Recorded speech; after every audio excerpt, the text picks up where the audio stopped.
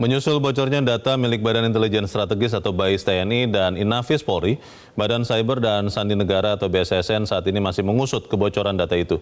Sementara itu pengamat keamanan cyber menilai masing-masing instansi perlu memiliki backup data yang terpisah.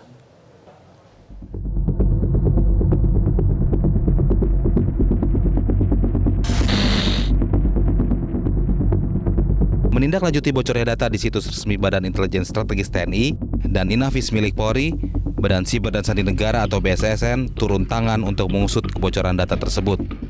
Juru bicara Badan Siber dan Sandi Negara, Ariandi Putra, mengungkap pihaknya telah berkoordinasi dengan BAIS TNI dan Inafis Polri.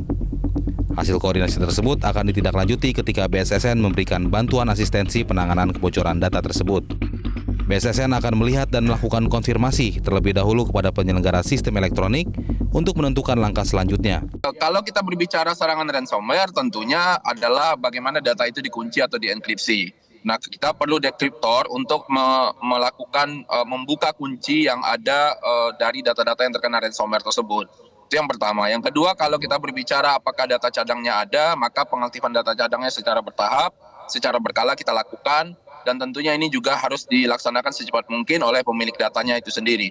Jadi BSSN membantu untuk melakukan digital forensik, melakukan asisten penanganan insiden dalam hal terjadinya serangan ransomware ataupun kebocoran-kebocoran data yang terjadi dugaan sementara ini terkait dengan datanya Inafis dan juga BAIS TNI.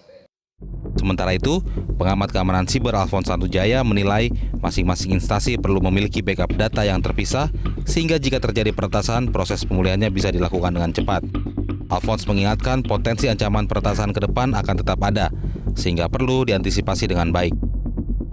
Hari ini, lalu kejadian yang di PDN juga saya lihat kita belajar bahwa dari kasus ini, jadi kita jangan terlalu tergantung pada data center datanya. Masing-masing instansi perlu memiliki backup tersendiri yang terpisah dan teratur, apakah tiap hari, apakah tiap minggu atau apa, sehingga kalau terjadi insiden yang kita tidak ketahui ke depannya pasti mungkin akan terjadi lagi di internet itu, kita tidak bisa mencegah hal itu terjadi. Jadi sekarang tiap instansi disarankan memiliki backup dan backupnya independen, bisa terpisah, apakah mau offline atau mau backup cold storage atau yang lainnya.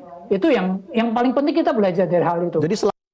Sebelumnya situs resmi BAIS TNI dan Inafis Polri diduga bocor oleh peretas dari Breach Forum bernama Munsaksor. Informasi tersebut tersebar luas di media sosial X mulai Selasa 25 Juni 2024 lalu. Tim Liputan Metro TV. Jelajahi cara baru mendapatkan informasi. Download Metro TV Extend sekarang.